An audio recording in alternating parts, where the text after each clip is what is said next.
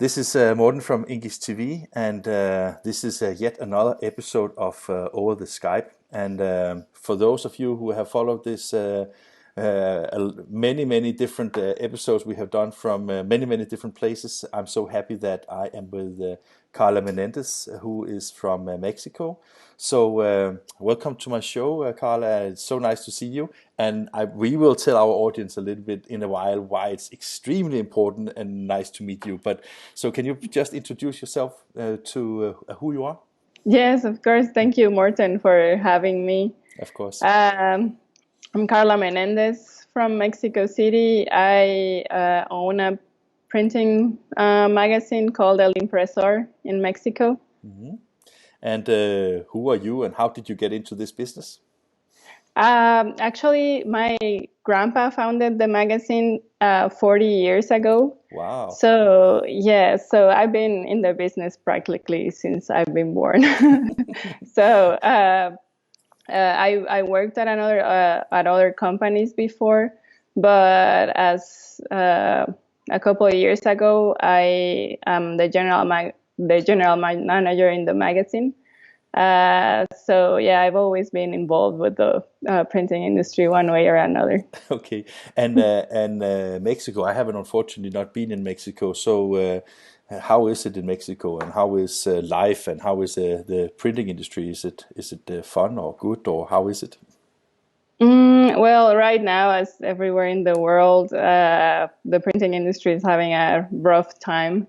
Because because of the quarantine in Mexico, it is actually gonna last until June 1st. Oh, really? Oh, yes. So we still have a month and a half to go. Yeah. So now most of the printing shops are either closed or just the essential ones are working, in closed doors. And in Mexico City, there's actually a zone where there are many printing businesses. So all that is shut down, and they have actually like authorities like watching that zones when they don't open. So yeah, it's tough times. Yeah. And how is it in Mexico? As I said to you, I don't know so much about the Mexican society and things like that. Is that like in the US and in Europe, there's a lot of aid packages for the industries? Is that also something that the Mexican authorities is offering, for example, the printing industry in Mexico? Actually, no. We have they offered an aid for really small businesses, but the printing industry is not in there. Okay. And also they are not considered essential business. So we don't have the support of the government as of now. And we actually have an association that's fighting for the printing industry to get some support, some financial support, so they can, go through this crisis. Yeah. So that is, of course, sad to hear, and of course, I hope that everybody in the Mexican industry, not just in the printing industry, but everybody will get through this crisis. Is when I look at the maps of the COVID-19 right now, it seems that the epicenter is still like Europe and the US. But do you think there's a huge outbreak also in Mexico this time, or is it more like precautions that they're closing down right now? I think it's precautions, and also we don't have enough testing yet, so we don't really know how many people are actually infected.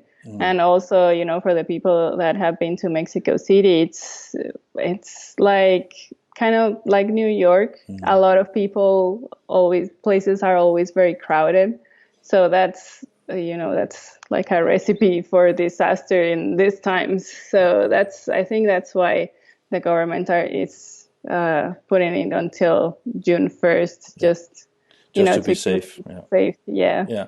Yeah, because for those who don't know, I think that Mexico City is among the 10 largest cities in the world, as far as I remember. Yeah. Yeah. Wow. I hope that I will soon go and see Mexico at some point because a little bit later we will tell them why. But how was? Let's talk about some positive things instead of these negative Corona things. How was the industry in Mexico before the coronavirus? Because I mean, everybody I hope is anticipating to get back to more normal times sometime later this year. But how was the situation in the printing industry before? Well, before, to be honest, before it was also like a little bit hard. We just had a change of president. I'm So sorry to interrupt you, but I said I didn't want to hear more bad news, and I you know. keep going. Yeah, this new president that we have, it's a completely different party from any other that we've had before. So, there's been like new laws and, yeah, just different way of working with the government. So a lot of So changes is what is driving things right now. yes, Yeah, it is. Um, I mean, yeah, I mean, the printing industry always has work, yeah, yeah, but yeah. yeah, we like at the end of last year, it was like kind of tough situation, but and then this. Yeah, yeah. So Okay. yeah. We don't really need it, right? So we need some good things. And uh, yeah, okay, let me tell it. You are our new partner in Mexico, right? So INKISH Mexico, here we are. Carla is our boss of INKISH Mexico. So what can we expect from that collaboration, you think? Oh, I think you can expect like a lot of good things. Mexico or We will have a Mexican. good time, right? Yeah. Yes, definitely. Uh, I think Mexico is one of the most creative countries or most creative people that I've known, and we always have new ideas and creative ideas on how to use printing. I'm always impressed on how creative people are, and if you give them the tools, they will create amazing things. So That is fantastic. So when you, for yeah. example, are doing a printed magazine in Mexico, do you also sometimes spend time on making sure that your magazine is printed using the creative crafts and nice papers and things like that, or how is your magazine in that relation? Well, yeah, we make sure that, well, first of all, we love having a printed magazine because we are in the printing industry. Of course, we also do digital and all the other channels, but I think it's important to have a printed magazine because a lot of people, including myself, I like to touch things. Yeah. And, yeah, and we always make sure that our magazine portrays what the printing industry is about, the printing, the paper, and and we are always trying to different things so that people can fall in love with printing, because sometimes everywhere you look there's printing everywhere, but we want people to actually fall in love with it. We want people to want printing in their hands. So that's what we aim to do with the magazine. That sounds great. It's funny because our Italian partner Enrico and Ventina, they have also a magazine, and that magazine, the first time I met them, they showed this fantastic print that was printed on velvet paper, and it was simply fantastic. So I totally get what you're saying when you have something that you can touch and feel, and to be honest, that is one of the few things that I'm not so happy about with INKISH is that we try to also have good quality and good discussions, things like that, but we don't have a magazine. But now we're looking into starting to do some books, so maybe we can start looking a little bit into to making some nice printed books as well. So your magazine, is that like a typical trade media, or who are you addressing with your magazine? Yes,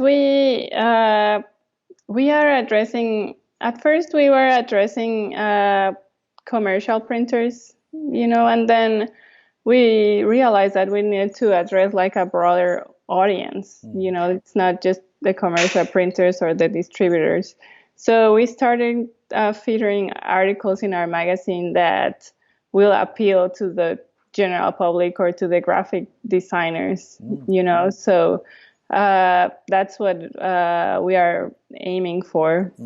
It's funny that you mentioned that, because I think that a lot of media and magazines, they would really like to have a magazine that also appeals to the designers and the creatives. But I think a lot of them are a little bit afraid that if there's too much technology, too much machinery, and too much like printing company gossip, then the creatives won't really read it. But is your experience different in Mexico?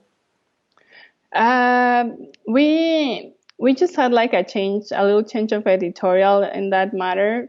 We've been trying this new editorial for about 6 months, and yeah, we still do have the machinery and the events, but we also have like other articles that appeal to to the graphic designer, for example. And I know this firsthand because my husband is a comic art illustrator. Oh, cool. So, I try to like check with him, and he really, he works on the computer, but he's really passionate about like how his work looks on print, because he wants to make sure that all the hours that he spent on working that piece of art, it looks exactly how he sees it in the computer. It looks exactly how it is on print, and he likes to look for new ideas on how to present his artwork. Okay. And sometimes he doesn't know anything about it. Okay. So that makes sense. So basically what you're saying is that if you have a magazine where you have both the creative side and the equipment side, then you bridge between the two, because I mean, if the printers don't know what the creatives want and the creatives don't know what you can do, then of course you have a situation that you need to manage somehow, right? Yes, definitely. And I think they sometimes don't know that sometimes it's affordable to actually have something. Like it's not like 10, 20 years ago that having any equipment of printing was thousands and thousands of dollars. Like today, you can actually find more affordable things to work with. Yeah. And I don't think that's something that everybody knows. That's true. Our story, you and me, story is that I am writing critical articles on INKISH News, and I was writing an article about, I got a lot of criticism for it because I was actually not so polite to the trade media, and at that time I didn't know that you were trade media, but you reached out and was like appreciating how we tried to address those issues. You remember that? Yes, I do. I remember reading your article, and I was like, yeah, I think like that's the same thing I'm trying to do over here. So that's how I reached out to you. Just because I definitely think that trade media needs to change, and not only trade media, but all the industry in general, because it seems that even though we are in the same industry, it seems like everybody it's pulling in different directions. That's how I felt when I first started. I'm trying to tell them about print media, like to other companies that are in print, and I start hearing phrases like, "Oh, print, we don't want to be involved in print, or print doesn't work." And I'm like, "What are you talking about? Like, you're talking about your own industry, And it's that thing kind of like upset me.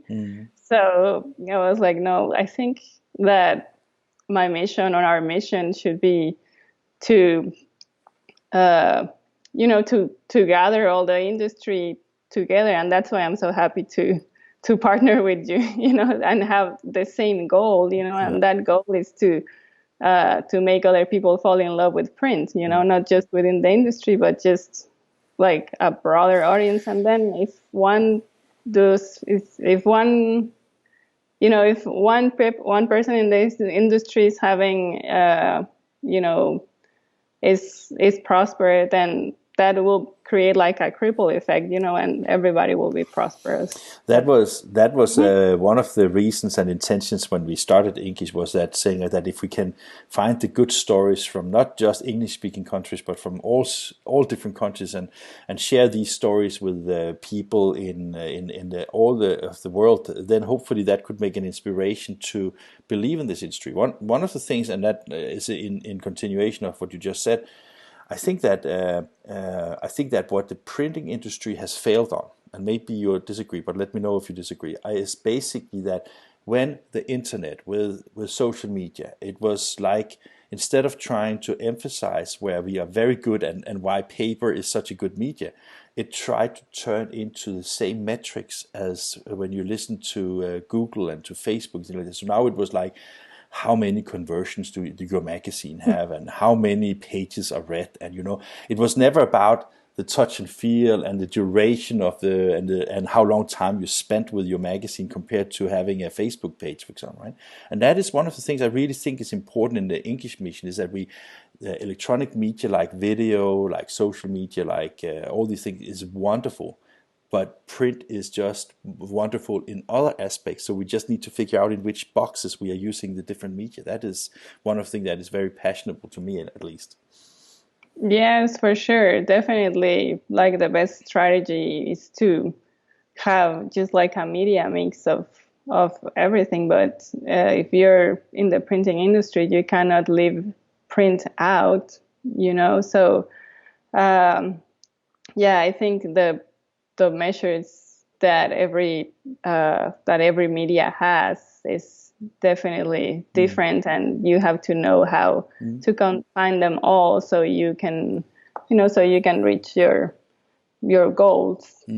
If you look at now, I know that your media is of course out of Mexico, but since you are a Spanish-speaking country, you also have readers in other parts of Central and South America. But I was just wondering, do you think that the markets are ready to also? I mean, of course, you have films already, but I was just wondering, do you think the market is ready to have films the way that we do them? I guess that you have seen a few of them at least. Yeah. Yes, I think they are ready. I think as long as they are in Spanish, they are. We have done some films, some videos on our social media, on our YouTube channels, and they have been well received. We usually talk. It's usually like maybe stock footage. It's not somebody talking, but stock footage with a voiceover, and we usually talk about either like equipment and maybe like like trends or advice for people, and those have been performing well. We and the reason that we want to partner with you guys, it's because we need like the know-how for actually filming videos, because we usually use stock videos. So, but that is, of course, one part of the collaboration. I think that one of the things that we look very much forward to in the collaboration with you is also the fact that we are trying to reinvent a little bit about the business models. As I know also Henrik has talked to you about, is that why is it like media is always covering events for free, right? I mean, it's like it costs money to go to the US or to Europe or to wherever to cover an event, and it's not because I think that everybody needs to pay for everything they get. That's not my point. But the point is that the trade media and media in the printing industry has been, I think, at least as far as I know from in Europe since 2008 with the financial crisis, been difficult because the advertising has decreased, maybe not so much, but a little bit, and the number of subscribers has fallen, even for the paid subscribers, and the entire industry is decreasing a little bit. So the total amount of money in the industry is changing. So I think that what we really want to participate with, not just with you, but also to the industry, is that we have to find out new business model for how to get the money that we need. Otherwise, you can't make the great stories and make the great films and make the nice magazines if you can't figure out how to do the business models, right? Yes, for sure. Making the stories, making the films, making the magazine, it takes time and effort. And I think that sometimes people don't see that maybe, but behind a 2-page article, maybe there's hours and hours of work, or maybe like behind that 2-minute video, there's hours and hours of work, so sometimes people don't see that. And yes, we definitely have to have a business model that's a win-win situation. And, that's also, I think I've been in the magazine for a couple of years, and I was, impressed on how our agreements were with some shows, that it was like win for them and lose for us. So I was trying to explain, like, let's have a win-win situation where we both win, Is that something that when you think about your media and how you interact with your advertisers and your subscribers, is that something that you put a lot of effort into being like a win-win situation? Is that how you operate as a person? Yes, I do. I always try to see like the win-win situations with everything, like our main goal is to support the printing industry overall, so the commercial printers, are successful, and we give them the right tools to be successful. We try to put examples on the magazine and our social media content on how marketers can use print for their advertising campaigns. It doesn't matter if in what industry they are, but we try to give them ideas on how to use print. So that sounds exciting, everything here. So I think that the thing that we will also get to know each other is, as I also know that Henrik and you spoke about, is that as we are partners with Printing United now in Atlanta here in the autumn, I think it would be awesome if we could do something together with you, because there's a huge Hispanic population both in the US, and of course if we can have something that is made in Spanish, then we can have a far further reach in all of Latin America. So I think that we will have a lot of opportunities to explore some of these win-win situations, I think.